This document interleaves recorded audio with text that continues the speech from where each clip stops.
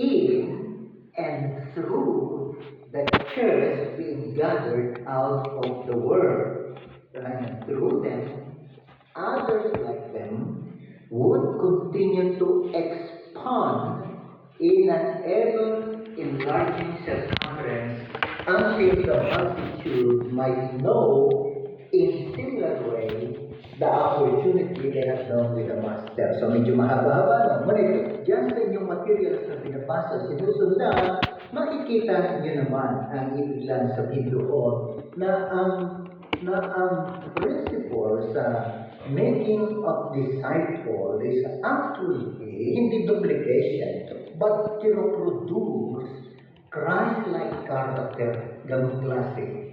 So that through that Christ-like character, ganun klase, sa kanyang mindset, sa kanyang behavioral pattern, sa kanyang attitude expression, sa kanyang meaningful thinking or thoughtness, pag-isip, sa sanlibutan, reflects yung very character ni Jesus Christ. Kaya, ang disciple making is always personal, intentional, and relational. Sapagkat sa ganung paraan lang, parang hindi mahahawa, kundi parang mapapattern after.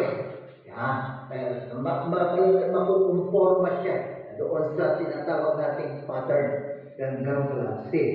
So that's the idea doon sa reproduction na kung tayo ay matagal din kasama ng Panginoon, na unti-unti yung nagkakaroon ng pagbabago sa atin at nakakahalintulad tayo sa kaanyuan ng kanyang karakter.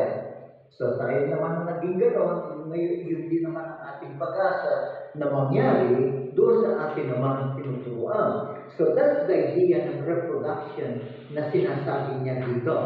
So it had started small like grain of mustard seed, but it would grow in size and strength until it became a tree great in all the earth. So meaning, si Jesus, 12, yung 70, mayami naging 120 doon sa buo pa. So mapapansin nyo na lumalaki, lumalago, dahil yun din ang nakita natin na multiplication ng equipped leaders sa church, kaya lang ang tawag naman na nandiyan is disciple making. Alright? Sa pagdidisipulo, nagkakaroon tayo ng tugon sa pangangailangan ng church ng capable or Christ-like character na additional leaders. Ganong klase. Kaya para magyari yung reproduction, magkakaroon tayo ng intentional, relational na disciple-making approach tulad ng ginawa ng Panginoon. Talagang tinutukan niya yung kanyang 12. Alright? So yun yun. So therefore, yung victory through witnessing sa paragraph 2, Peter summed it up in his affirmation. Ano yung kanyang sinabi? You are the Christ, the Son of the living God. Nung itinanong sa kanya, kayo, sa Matthew 16, sabi niya, sino ba sa palagay ninyo ang sinasabi ng mga tao? Who do people say, I am?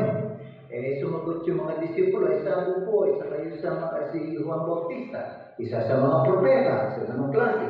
So, o si John the Baptist, sa klase. So, yung sagot nila, mula doon sa palagay ng mga mamamayan outside of the 12, iba-iba yung kanilang pananaw. Ang pagkakakilala kay Jesus ay isa sa mga propeta, isa sa mga guro, isa sa kay John the Baptist, ganyan. Kaya sabi niya, kayo, how about you? Who do you think I am? Sagot ni Pedro, kayo po ang Kristo, ang anak ng buhay ng Diyos. So, walang confusion. Merong directness, merong correctness, at merong true identity yung pananaw ng mga apostoles. Kaya hindi matuwa si Pedro kasi sabi ng Panginoon, blessed are you. But, sabi niya, flesh and blood did not give it to you, but my Father. Ganun klase. So, ibig sabihin, na mapansin natin na yung mga kaalaman na tulad noon at mga pananaw na tulad na yun na nagkakaroon ng usbong at paglago dahil sa sa ating relasyon sa Diyos, kanyang klase. At naihew sa ating relasyon sa Panginoong Jesus, yung character niya, yung kanyang mga background ng pagsasalita, ng pagkilos, yun din ay nagiging bahagi sa ating buhay. Kaya yung lalaan, it will bring impact in our life and in our living. Kaya sabi niya, and today, in Jesus Christ, sabi niya, you are Peter, and upon this rock I will build my church. So ginamit ng authority yun, that through the eyes or the lens of disciple making, yung force of Jesus' words doon sa statement na yun is the affirmation doon na addressed to a person, in this case kay Peter, who personally had made an affirmation of faith in Jesus Christ. Thou art the Christ. Walang pag-alinlangan, walang confusion, walang pagdududa, kayo po ang Kristo. Malinaw yun. Hindi tulad sa palagay ng mga tao, ay ikaw si John, di ba? Ikaw ay si Jeremiah, ikaw isa sa mga prophet. So, meron silang confusion. So, disciple making produces or influences this kind of mindset. Kasi yun ang tinuturo Yun ang tinuro sa atin ng Panginoon. Then, yung kanyang salita, yun ang ating tinuturo sa iba. Kaya, nagkakaroon ng shaping pag-aayos sa kaisipan at sa pananaw ng mga tumatanggap ng kanyang salita. Now, look at the principle observed. It all comes back to his disciples. Bakit? Sapagkat ngayon sila ay meron ng gagawin o katungkulan through your word. Sabi niya, he expected others to believe in him sa John 17. Sa inyong mga salita, sabi niya ng klase, others will believe. Imagine yung bigat ng gawain na yun na, sa ating pagsasalita, I don't speak like Jesus. I don't teach like Jesus. True. Pero meron tayong natutuhan sa Kanya. Kaya, yung natutuhan natin sa Kanya, yun ngayon ang ating sinasabi sa iba. At dahil sa pagsasabi natin na yun sa iba, doon sila nagkakaroon ng pagkakataon na maniwala. Dahil binibigay natin yung gospel. Sinasabi natin sa kanila. So sa discipleship, gano'n na nangyari na rin. Natutunan natin sa Panginoon. Kaya nga puro principle yung ginagamit natin. Learn from Jesus Christ and then sinishare natin sa iba, sa inyo, sa ganitong pagkakataon. Kaya, ito yung bagay na sabi natin na kung gaganapin natin ang disciple making sa church, hindi dahil sumunod kayo sa tao na tulad ko. Kung hindi, you simply embrace what the scripture is telling us. I embrace it, you embrace it. So yun lang naman nangyari na nagkaroon ng tayo ngayon ng iba yung pananaw ng ay oo nga, ito'y utos ng Panginoon, itong kanyang tanggubilin, then ito ang ating isa sa katuparan. So we embrace it. So sino ang makikinabig? Yung church. Because na-embrace ng church and discipleship, sa kanila rin ang impact ng benefit. Ganun klase. Sila naka-recover ng tuwa. Sila lang nagsasakatupan ng tuwa. And so one by one churches after another na gumagawa ng then ang hindi notice, now the churches is recovering yung disciple making. Back onto their own form. Bumabalik lang yung utos na yun sa bawat churches. So yun ang nangyayari ngayon. So that's why, sabi niya, until in time the world might know who he was and what he came to do. Ipapas natin yan along to others hanggang sa maunawaan ng sanlibutan. Bakit siya pumarito? Ganang klase. So his whole evangelistic discipleship strategy depended on the faithfulness of his chosen disciples. Yung lating dalawa. Ayun nga naman, paano makatatawid ngayon yung proseso na yun mula sa Jesus sa labing dalawa, paano ngayon tatawid yun sa mga susunod pa?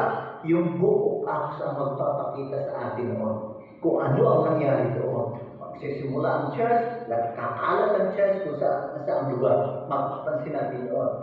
So dahil dyan, ganun din na nangyayari sa bawat churches, na maging sandata o kaparaanan ang disciple making. Ayan, it is always intentional, relational na approach sa disciple making. So, here we see, depending on the faithfulness. So this was the way his church was to win through dedicated lives of those who knew the Savior so well that his spirit, that's one, method, that's two, constrained them to tell others. So yung Espiritu ng Panginoon at yung kaparaanan, so mula sa simula hanggang ngayon, yun ang ating ginagawa. We learn principles. Kaya nga yung cluster, at least ang binubuo din yun, mga principles lang ginawa natin. Principles of love, principles of sharing, principle of teaching, principle of equipping, principle of reaching out. Lahat na yun natutunan lang sa Panginoong Jesus. Nakita natin sa kanya yun eh. Kaya yun lang ang sinasundan natin. That's why, iyon ang bagay na magbigay sa atin na when we observe it, ganapin natin sa ating local situation, antayin natin, tingnan natin kung paano yun magkakaroon sa kanyang panahon na magiging bunga. At least sa ating personal karanasan ngayon, very limited pa. So 2021 start, ngayon ay 2026 mo. So meron na akong 5 years, nasa 6 months na ako. So ngayon lang nakikita ko kung paano gumagalaw and then paano bukusan doon sa mga persona na nagtutuloy sa kanilang church. Kaya nga sa July, uwi ako magkakaroon kami ng first inaugural cluster pastoral retreat. 24 hours lang naman, overnight lang naman yun. Doon ko pa malalaman kung anong dapat gagawin sa kanilang nagtutuloy doon sa kanilang mga churches tulad ninyo. So ang ibig lang sabihin is, hindi ko akala na aabot sa ganoon. So ngayon, meron kami tayong partnership sa 5 pastor. So far, yung ginagawa. Meron pa tayong inantabayan lang natin, umusap pa sila ng konti, and then lagyan namin natin sa partnership kung saan ay meron tayong on top of this, meron pang isang bagay na ginagawa na kung saan ay meron kaming relationship in that particular way. Hindi pa pwede masabi mo na yun. So, so this one, so in 5 years time, ako lang nakita. At least yung tinatawag nila na nalaman ko rin sa ibang model, yung tinatawag na breakthrough. Umuusan. So, ano nangyari doon sa unang batch? Kaya, ano nangyari doon sa second batch? So, because meron akong 5 years na walang intro sa cycle ng disciple making, isa ko lang nakita, ayun na. But it took me 5 years to see that. Hindi ko man inabra, basta yung ginagawa ko na ng klase. And then, nung ko nakita na between 15 to 18, in fact, meron pa mabot ng 20 months sa grupo na kung saan ay nakatapos sila. So, my idea is, iba-iba ang speed, iba-iba ang length, ganun klase. But so be it. I'm learning. And we're learning together. So be it. Hindi atin ito. Ito'y trabaho ng Panginoon. Ang mahalaga lang yung faithfulness natin. Commitment. So that's why, when we observe yung principle, sabi niya, when through the daily lives of those who knew the Savior so well, that saved his spirit and method constrain them to tell others. Ay hindi natin mapigilan. Hindi talaga natin mapigilan na sabihin sa iba. Hindi itago na parang atin lang, ang kilit lang natin ay atin itong secret weapon. Ba't hindi gano'n? Kung ito'y naging blessing sa atin, share naman natin. At naging blessing sa iba, o kung may mapulot sila, salamat. At least magamit ng Panginoon yung pinagagamit niya sa atin. And then to us, magpakinabangan din ang iba. So, the test of his ministry. Look at this. Here was the answer test. Parang asido. Would his disciples carry on his work until he was done? Kung ano? Well, if the disciples failed to impart his spirit and method to others who would keep this work going? O nga naman, ano ba yung Spirit ng Panginoong Jesus? Sabi niya, I come here to do the will of Him who sent me. Yun ang kanyang Espiritu Gagawin niya yung dahilan ng pagsuko sa kanya ng Ama. Yun ang kanya. And then, meron siyang methodology. Follow me, I will make you bishops of Yam. So, ginawa niya niyo. And then, itutuwa niya ng kanyang 12. So, meron siyang methodology na unti-unti natin natidiscovery kaisa-isa. At yun ngayon, na doon tayo nakakapulot ng kaalaman. Kaya kung yung Espiritu na yun ako, ito yung kalooban ng Panginoong Jesus, bago ko nalaman, sinabi niya, you go, you make disciples of all nations. Sinabi niya. So kung yung Espiritu na yun na sa akin, yung ganun kaisipan, yun ang magpapadala sa atin. There's a role ng model. I think it's a principle in Christ. So yun ang sinasabi dito sa text ng ministry. If the disciples fail to impart His, referring to Christ, His Spirit, His message to others, who would keep this work going? O ano nga? Sino magtutuloy nito? Alright. So, then, His ministry with them all these years would soon come to naught. Parang mauwi sa wala. Aba.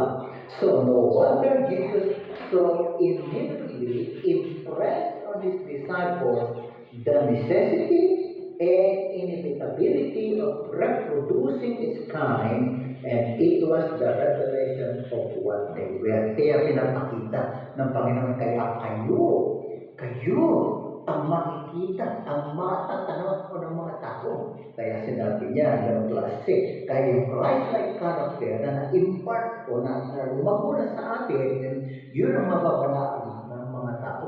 Kaya sinabi niya, the world may know you are my disciples if you have loved one towards another. Imagine, hindi niya sinabi yung intellect, hindi niya sinabi yung brain, hindi niya sinabi yung wisdom, sinabi niya love. Kasi talagang sa character tayo yun ang nagiging focus ng Panginoon. Kahit naman sa mga disipulo, hindi mga doctorate yan puro mga fishermen yan.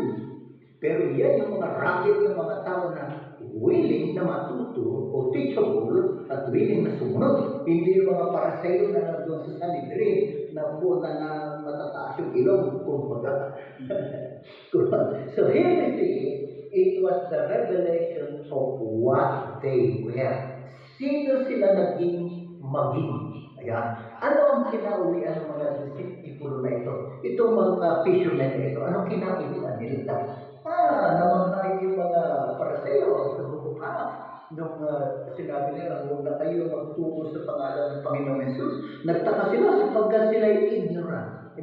Hindi sila aral tulad nilang lumaki doon sa kanilang school of doctrine. And then ano sabi ng buka? And they understood that they had been with Jesus. There you go. Yun ang kanilang teacher. Doon nila natutunan yung kanilang pangunawa at ang kanilang katapangan sa pagpapahayag ng salita dahil sa guro nila ay si Kristo Jesus. Wala silang formal school room. Ang kanilang classroom ay yung tabi ng dakat, yung tabi ng bundok. Yung mga parang kung saan sila naglalakad na uupo, yun ang kanilang classroom. At ang kanilang illustration, hindi sa libro, yung nakikita nilang pool, yung nakikita nilang ibon, yung nakikita nilang uwasan, yung nakikita nilang isda. Yung mga illustration na ginagamit ng Panginoon, yung damo, yung mga kulay ng damo. Oh my goodness. So that's the idea na nakita natin. So now look at this.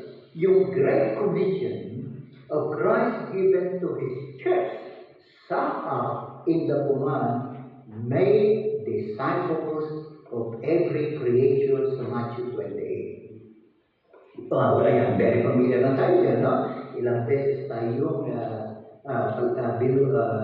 binabalik-balikan niya. The disciples were to go out in the world and win others who would come to be what they themselves were, disciples of Christ. Yun ang mangyayari na hindi ko narinig na nilang Ebanghelyo, tapos na yung ating gawain. No, doon pa lang sila nagsisimula. At yung sa pasimulan ng tuloy-tuloy yun para sila ay magiging disipulo. Kaya mapapansin ninyo na doon sa unang mga lesson, sa lesson 1, lesson 2, lesson 3, lesson 4, hanggang 12 lesson, nakita nyo yung development, sunod-sunod yung mga lesson na yun, sunod-sunod yun dyan, na merong methodology, ang bawat model ng disciple making na narinig ninyo ngayon. Alright? Kaya yan ay model ng Korean, yung self-movement sa Korea, o yan ay model ng Jeter mula sa Colombia, o yan ay model ng Elper mula sa New Orleans, o yan ay model na mula sa California, yung purpose-driven church, o yan yung model ng Lawrence Cove, yung Singapore model. Mapapansin nyo kahit iba-iba yan, tawag siya na, meron silang sunod na step by step by step by step na inililid nila yung church members na nandun na at yung mga bagong dating sa church. Pare-pareho silang dumadaan sa pare-parehong lesson. Pare-pareho yung kanilang natututunan mula sa salita ng Panginoon. And then may pag nagtapos, balik na naman sa propero ulit kung may mga bago. So kaya narinig nyo, nasa 6 months na ako, nasa 6 year na rin ako, ika-6 taon, balik na naman ako ulit sa lesson 1 para magsisimula ako doon sa bagong batch number 6. See? So that's it. Ganun lang, it is a never-ending cycle. Kaya yung disciple making sa church never ends. Sapagkat, baka naabot na namin lahat ng church people. Oo, pero sa labas ng church, marami pa rin tao. Kaya siya wala andun ka sa iba na naman. Kung ngayon, hindi ka na nag-iisa. Katuwang mo na yung mga church leaders and mga church people na nag-teaching sila para sila nagtutulungan ng mag-disciple yung mga bago. See? So, nag-multiply yung mga leaders ng church at ang bawat isa ay mayroong participation sa ministry ng church of teaching and disciple making. That's why, yung Great Commission na yan ay nangyari dahil sa ang major focus ng Matthew 28 ay hindi nasa teaching, hindi nasa teaching and baptizing them. Nakalagay dyan, right? Teaching and baptizing them. Hindi rin sa going. Ang emphasis dyan, ang explanation ay nasa making of disciples. Kaya sabi ng author dyan, yung going, yung teaching, at saka yung baptizing are participles or participles na sinasabi nila. At ang pinaka-major word doon is yung making. Kaya, hindi ko mo mayroong teaching, ay mayroong disciple making. Sa Sunday School, tuturo tayo, hindi ka nag-disciple, nagtuturo ka. Hindi ko mo nagbabaptize ka, ay nag-disciple ka. No, pero kung ikaw ay nag-disciple, nagtuturo ka, nag-baptize ka, and you are going. So, yun ang emphasis ng verb doon sa teaching na yun. Kaya madalas sinasabi natin na kung ang emphasis ninyo ay evangelism, mission, pinaka-appropriate na gamitin yung Mark, yung Luke, at saka yung John. Alright? Doon sa mga chapter nila sa mga gumawa. Pero kung magiging emphasis mo talaga sa discipleship, ang gagamitin mo yung Matthew. Kasi yun ang klaro, yun ang direct na nag-identify sa disciple making. Alright? So now, look at the principle applied to our lives. Here is where we must evaluate the contribution our life and witness is making. Are those who have followed us to Christ now leading others to Him and teaching them to make disciples like ourselves? Yun ang klase. So now, yun ang isang tanong natin ngayon. Sila ba, yung ating naturuan sa disciple, sila ba? Kaya ngayon, meron tayong church leaders, so yung ating tinitingnan ngayon, o pag natapos, sila ba ngayon ay natutuloy? Yun ang klase. Ayan. Kaya tuwa tayo magpuli na ito natin yung sa lipa.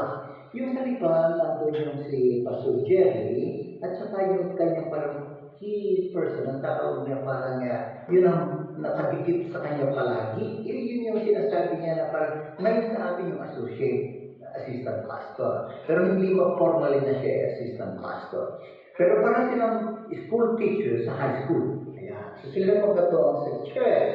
And so 2 weeks ago now, ang gagawa ng padala sila ng picture, so senior ko doon sa chat group with their information about this, yung sa kanilang ginagawa. Yan, nakikita ko yung ginagawa.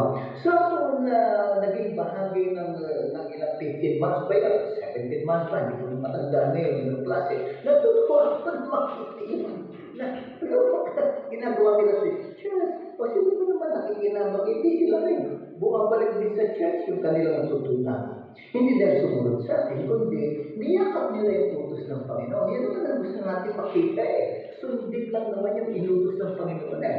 At yung natutuwa ko, no? Nakikita ko yun. Kayo, nakikita ko na ginagawa nyo. So natutuwa ko. Eh, sino hindi matutuwa doon? Dahil nakikita natin yung kaganapan ng kanyang inutos sa bawat church.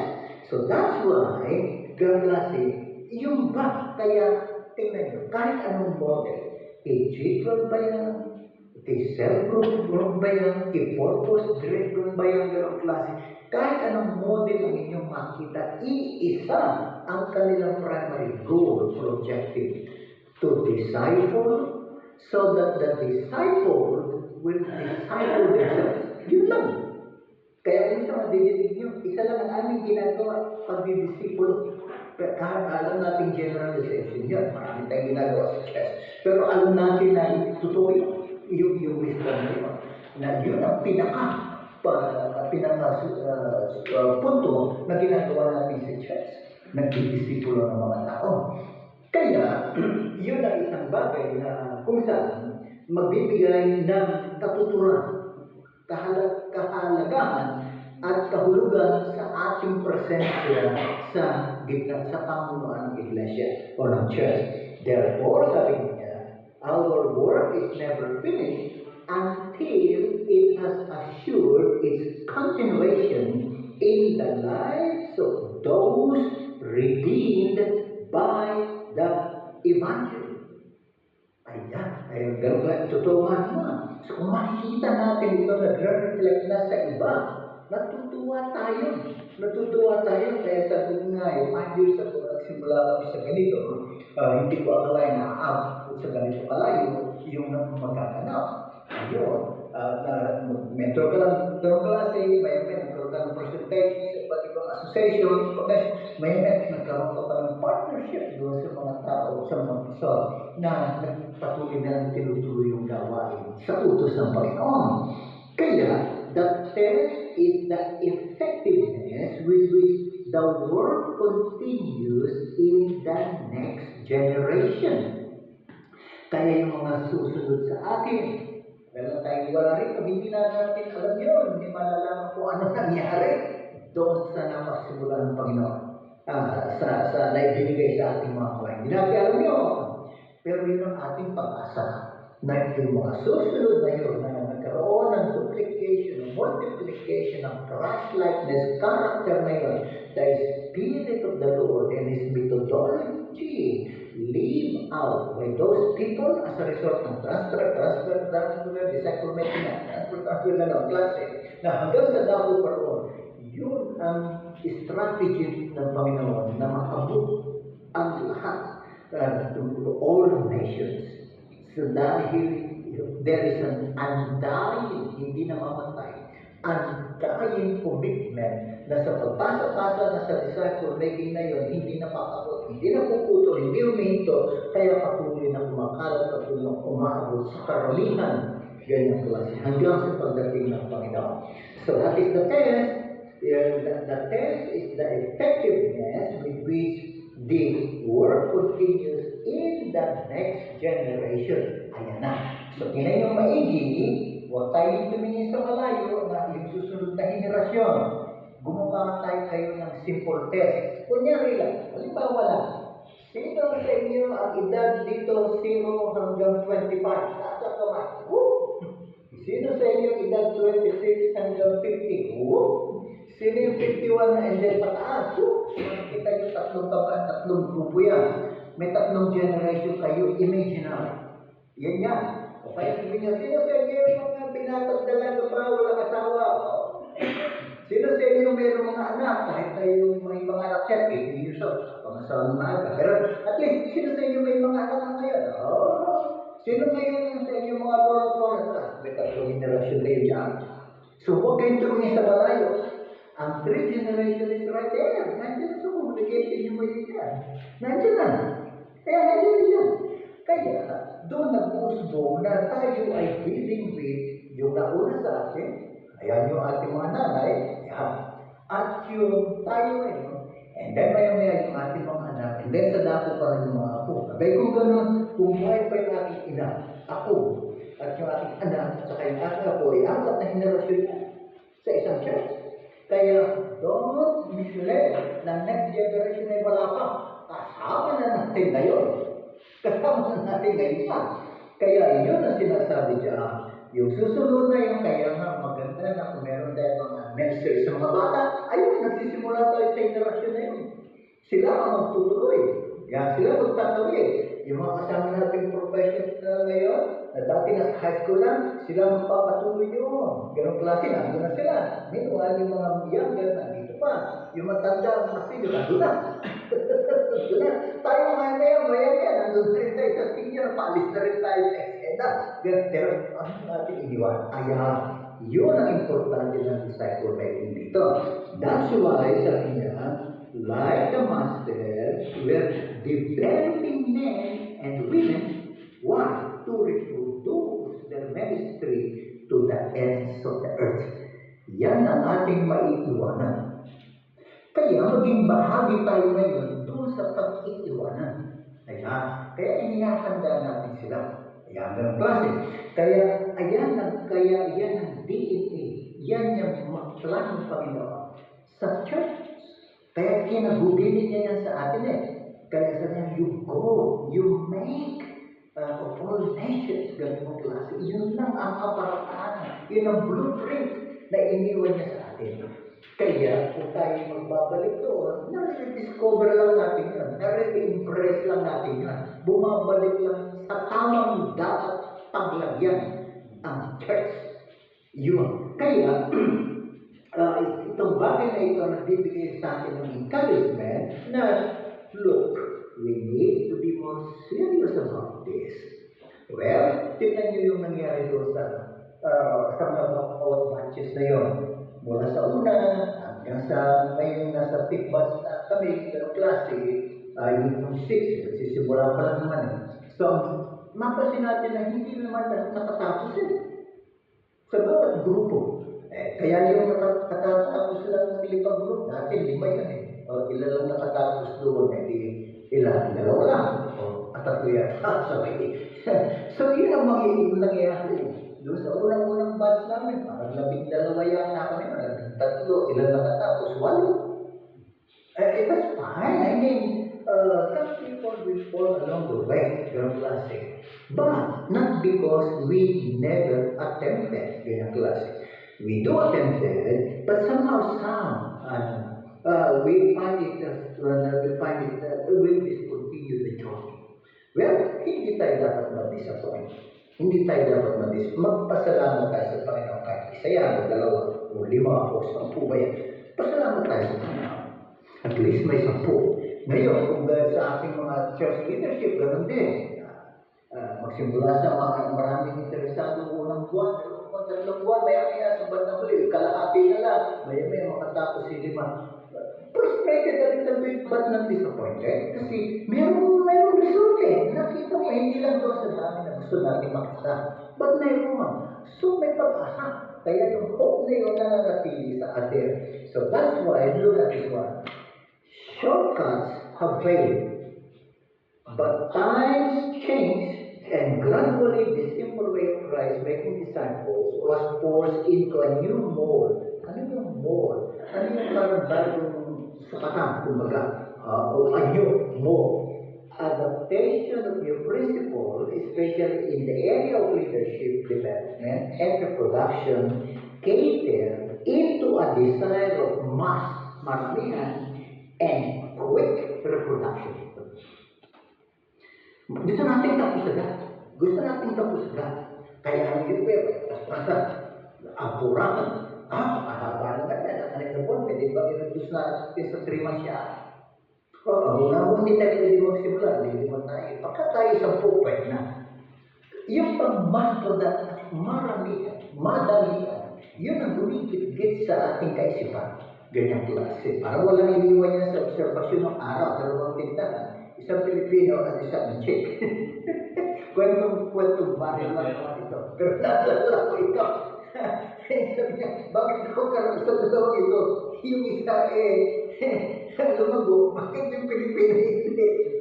Tingnan nila malapitan. Kasi pareho naman ang pates kung bakit mas mahal ng tatlong silyo itong Pilipino at mura ay inchik ng ganito. Ganun klase. Kasi Pilipino gusto makapura na kumita at lumaki yung tindahan. Kaya minamahal lang. Mga inchik, hindi sila ayos ng presyo, pero dahan-dahan. Ay di saan pupunta yung mamimili? Dito sa mas mura. Di sino nga mas kumikita? Di may murang paninda. Sila madali yung kanilang paninda ang mabilis na umusan. Samantalang yung lasing ang paninda sa mga Pilipino, mabagal ang uso dahil mas mahal. Mura nga, pero mabilis na umusan yung kanyang halakal. Madali siya nagpare. Yung kita niyang tubo, mas lumamang pasukan ng ulit. And the very success. Sa discipleship, you cannot do mass production o madaliin or purahin. Never. Kaya that's why sabi niya dito, this nearsighted of popular recognition generally took precedence over the long-range goal of reaching the world. Totoo na. Kaya ginagawa natin kahit mga hindi maganda, pwede ka na, ikaw na, ano ang ginagawa, ang nangyayari? Ukulan tayo ng ganito, sige, bunutin mo yan siya, sige patay, ganito. Kaya magawa tayo ng mga pwersahan, o mga mapitik na salita, kaya wala sa Panginoon, diyan ka palang babra. Mga mapitik ba, para lang sumunod. Kasi, hindi uubra yun. Hindi yun ang strategy ng Panginoon. Kailangan matuto tayo talaga sa Panginoon ng kanyang approach, ng kanyang methodology. Kailangan matuto tayo sa kanya. That's why, sabi niya, yung methods ng evangelism disciple making employed by the church collectively and individually have reflected the same momentary outlook. Lalo ngayon, lalo na may makita tayong iba kunyari ng church. Naku, ganun na sila. Sabay lang kami, pero ganito sila. So nangyayari, paspas ka ngayon ng gawa na akala mo na yun ang dapat gawin. No. Get down on our knees, pray, and seek God in His will, and then ask Him to help us what to do. Hindi yung ingkit o yung competition, ganun klase. Na tayo ay paging pahinahon sa lahat na ating ginagawa dahil gusto natin mas matutukan pa ang kaparaanan ng Panginoon Jesus kaysa sa kaparaanan ng tao. Pag human effort lahat, meron ang nangyayari sa atin. Meron result sa atin, hindi. Pero alam natin, yun ay hindi magtatagal. Kaya, Jesus' plan has not been disadvantaged. Ganun klase. It has been ignored. Ayan, hindi na natin talaga masyadong pinagmasdan yung kanyang kaparaan. Tulad ng disciple making. Hindi lang natin masyadong tingnan ng gusto. Kasi parang mabagal parang matagal. Parang hindi uubusan.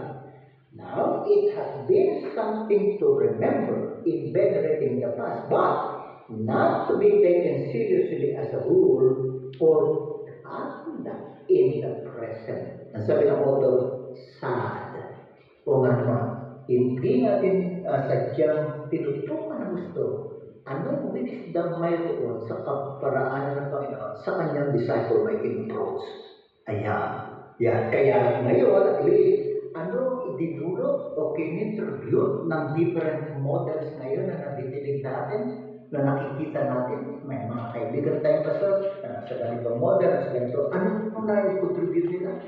The awareness to the local church that disciple-making is crucial. Crucial. Mahalaga sa paglago o sa kalalakas ng iglesia. Kaya mentors, marami nagpa-participate ngayon, mabuti. Dahil bumabalik ang church sa pinag-uutos ng Panginoon disciple making.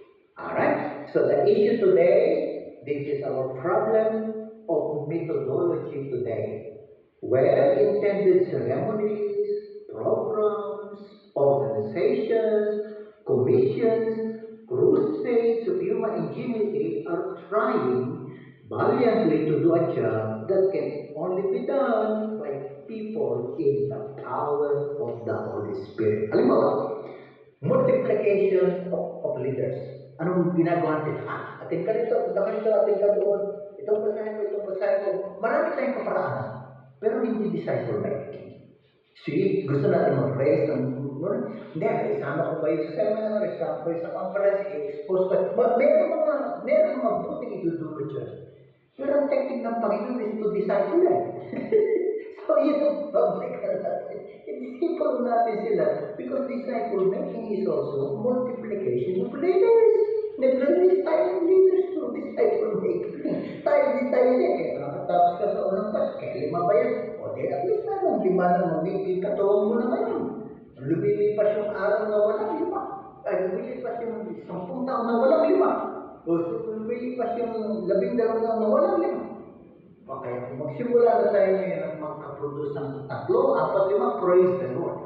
So ngayon, kung yung 3 na yun, plus yung 4 na kayo. Next year, nakatuwang mo na sila sa paggawa ng disciple making. Who knows how many more? See? That's why, sabi dyan, unless the personal vision of Christ is vitally incorporated. There you go. Ano yung mission of Christ? Ayan, hindi pa inutos niya yan. You go and make disciples. So, yun.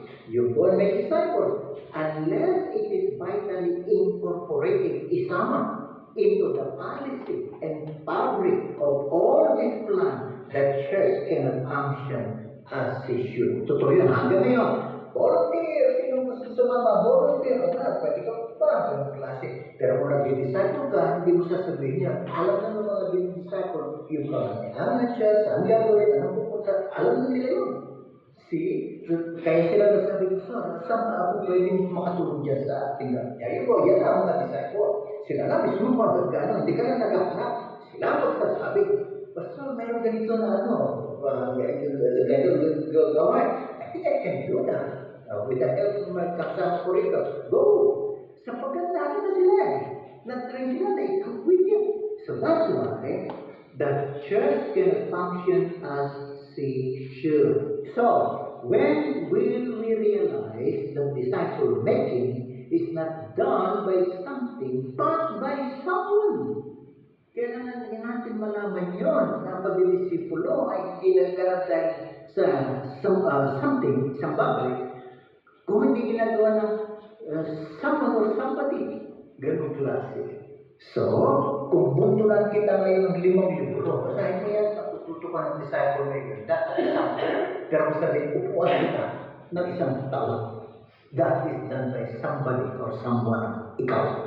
So, something, someone, which one is better? Who someone? Because Jesus Christ as a person is somebody who stayed with the disciple and then tinututukan sila. Hindi sila tinabunan ng upo kayo sa paraseo ng mga araw-araw and then balik kayo sa akin sa gabi. Hindi niya yung sinabi. Siya ang tumutok sa mga disipulo. Somebody who will stay with them. God is a person. He is only expressed through personality, and therefore the work is done by people reaching other people. Wow! For Christ, E.M. Baum said, men are God's method. Therefore, until we have such people imbued or pinapapalooban with His Spirit and committed to His plan, none of our methods will work. Like sa ito, mga kinikilala lang sa issue ng prayer. Itong si E.F. Bounds. Alright? Totoo nga naman, sinabi niya. Kaya mapapansin natin yan sa mga tulad natin, tulad ninyo, tulad natin mga leaders ngayon, doon natin makikita yung mga mahuhubog na sa disciple making. Here is the thing. It is not better methods, but better men and women who know their Redeemer from personal experience. Maganda, madalas sasabi natin, mahusay yung ating leader sa management, sa ganito. Ay, tanongin mo anong issue, alam niya kung gagawin. Method yan. What we need are better men And that then those men and women became better because they were discipled, they were ready, they were prepared, they were equipped through the ministry work. That's why, so therefore, who knows the Redeemer from personal experience, who see his vision. Ano ba kasi yung vision ng Panginoon? Ay di niya, to reach the world, how you make disciples. You go and make disciples of all nations. So there you go. So marireach yung nations, yung mga iba't ibang dako, dahil meron mga disipulo na inihanda. Ayan, para maganap yung pag-abot sa sanlibutan. So his vision and feel his passion for the world, who are willing to be nothing, so that he might be everything, who wants only for Christ to produce his life in and through them, according to Christ's own good pleasure. Finally, this finally is the way the Master, according to Christ, planned for his objective to be realized here on earth. So yan yung concluding thought doon sa libro na yun na binigay sa atin na ito ang kanyang, yung sinabing ang word na ginamit niya is the master plan for his objective. Kung madalas ang ginagamit ko lang yung blueprint kasi I like the word, the idea ng blueprint. This is the blueprint. Ito yung kanyang blueprint. Pagka kayo may bahay, hindi na nagpapagawa kayo ng plano. Gumagawa yung architecture ng klase, nakikita nyo parang blue ang kulay, kaya yung tawag nila blueprint. Ayan, yun, nandun lahat yung sukat, yung angle, etc. Nandun lahat yun. Kaya titignan lang nila gano'n, ito, makikita nila sa blueprint. Kaya I like it, yung word na yun, kaya yung hindi ginagamit. That this is the blueprint of Jesus Christ to reach the world. Make disciples. Yeah. So yun ang idea na kung saan magbibigay ng iba yung buin sa kasalukuyang nagaganap sa ating mga iglesia. Kaya kasama kayo sa mga panalangin ng pangkatang grupo sa cluster partnership, bilang kayo doon sa mga prayer items, sa mga conversation and dialogue ko sa ilang mga pastor, nagbabagay ko yung pastor, kayo yung mga leadership dahil sa kayo mga kilala at mga nakakaharap, gayon din sa ibang nakakausap ng church, nagiging illustration yun ng klase. Nagiging bahagi kayo ng halimbawa sapagkat kayo patuloy sa inyong ginagawa. Of course, hindi ko alam ang extent dahil wala ako dyan. Pero you know it. You know it. And ang lalim ng inyong ginagawa, I don't know about those things. But what I know is that you are continuing. And how is that? I really don't know. Anong detalye, specific, I really don't know. But the same is true sa nakikita niyo kung pero hindi niyo alam yung extent naman ng aking ginagawa. Yung diet, specific, unless na sinasabi ko sa inyo. So, the thing is, we believe on this. This is, we know that this is the will of our Master, Jesus Christ. Disciple making is His will. Klaro sinabi niya, you go and make. So, klaro alam natin yun ang kanyang will. So, maraming will na hindi natin alam ang Diyos, pero ito isa sa mga hantad na kagustuhan ng Panginoon na pinapagawa sa church.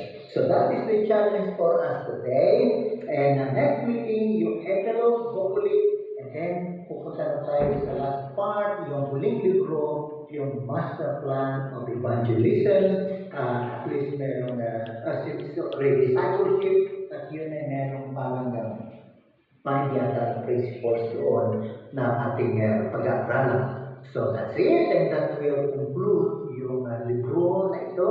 Magsimula tayo sa third book, which is the last part ng materials na ito. I hope na at this point, sa dami ng mga principles na yun, ulit ang dudo, hindi ko natatandaan lahat yan. Kung hindi ko babalik-balikan lang yun, so you just do your own review and reflection and refresh your mind about those things. There's nothing bad about reviewing and going back. So para lang maalala natin, para manatiling buhay sa ating isip, diwa, at ating puso, yung mga principles na pinag-aaralan natin mula sa Panginoon Jesus. Alright, so tayo mananalangin bago tayo magtiwala tayo. Panginoon, maraming salamat po sa isang pagkakataon muli na tulad nito ay iyong pinagkaloob po sa amin. Salamat po sa Grace Southern Baptist Church sa malayong lugar ng Italy, Panginoon. Salamat po sa mga kapatiran na ito na dibdiban kanilang pagsusumikap na kayo ay sundan, sundin ang iyong salita at mga pinag-uutos. Pasalamat po kami, Lord. Lalo ako nagpapasalamat sa kanilang pag-ibig sa iyo at ang kanilang pag-ibig sa iyong salita, Lord, at sa kanilang pag-ibig at pagtrato sa bawat isa. I saw them several times, Lord, and my heart is rejoicing to see such a loving and dynamic church. I wonder, however, what they may be facing. Problems, trials, difficulties, and hardship. Those things I do not know. But I'm praying for them, Lord, that this will redound o mauwi sa lalo pang tibay ng kanilang pananalig sa iyo at lalo pang ganda ng kanilang pag-iibigan, pagsusunuran, pagtutulong-tulungan, pagkikibahagi sa gawain sa paligid ng kanilang pastor at ng kanilang sambahayan na sila iisa sa tumbok o direksyon ng Iglesia. Salamat po, Panginoong Diyos, na taon-taon na ito dumadaan sa kanilang church life. Patuloy na may antas ng pag-usad, antas ng paglago, antas ng maturity, Lord, sa kanilang kalagitnaan. And nagpapasalamat kami, Lord, na kahit sa lalapit na anniversary months from now, Panginoon, what else are there that will surprise the church between now and the anniversary celebration? How your favors will continue to go and they will receive your favors to them. Lord, thank you for a lot of times you are answering their prayers. Others may be still on the way, Lord, but thank you because you're hearing them and you are, Lord, providing for their needs. Salamat, Lord, for the pastor and life and family. Salamat, Lord, for leadership, deacons, and the rest who are now occupying position of leadership. For those who have direct responsibilities for like sound system and others, oh Lord, thank you for their commitment and dedication. Some of them may not be in the front. Some of them may be doing work behind the curtain. Sometimes hindi nakikita ng mga tao. But nonetheless, they are crucial part how the church work and function. So be with them, Lord. And tomorrow, as they come to worship, bless them, Lord, with your enriching word, teaching, Sunday school, the preaching of your word. All these work together for their own good and strength. That your word nourish their soul, fill their minds with your wisdom, and fill their hearts with your love. Thank you, Lord. Continue, Lord, to use this congregation and use them mightily as ever, that may eventually more church work or mission come out of this humble church. Thank you, Lord. Now, bless us with your peace and rest as they prepare for your worship tomorrow. In Jesus' mighty name we pray. Amen.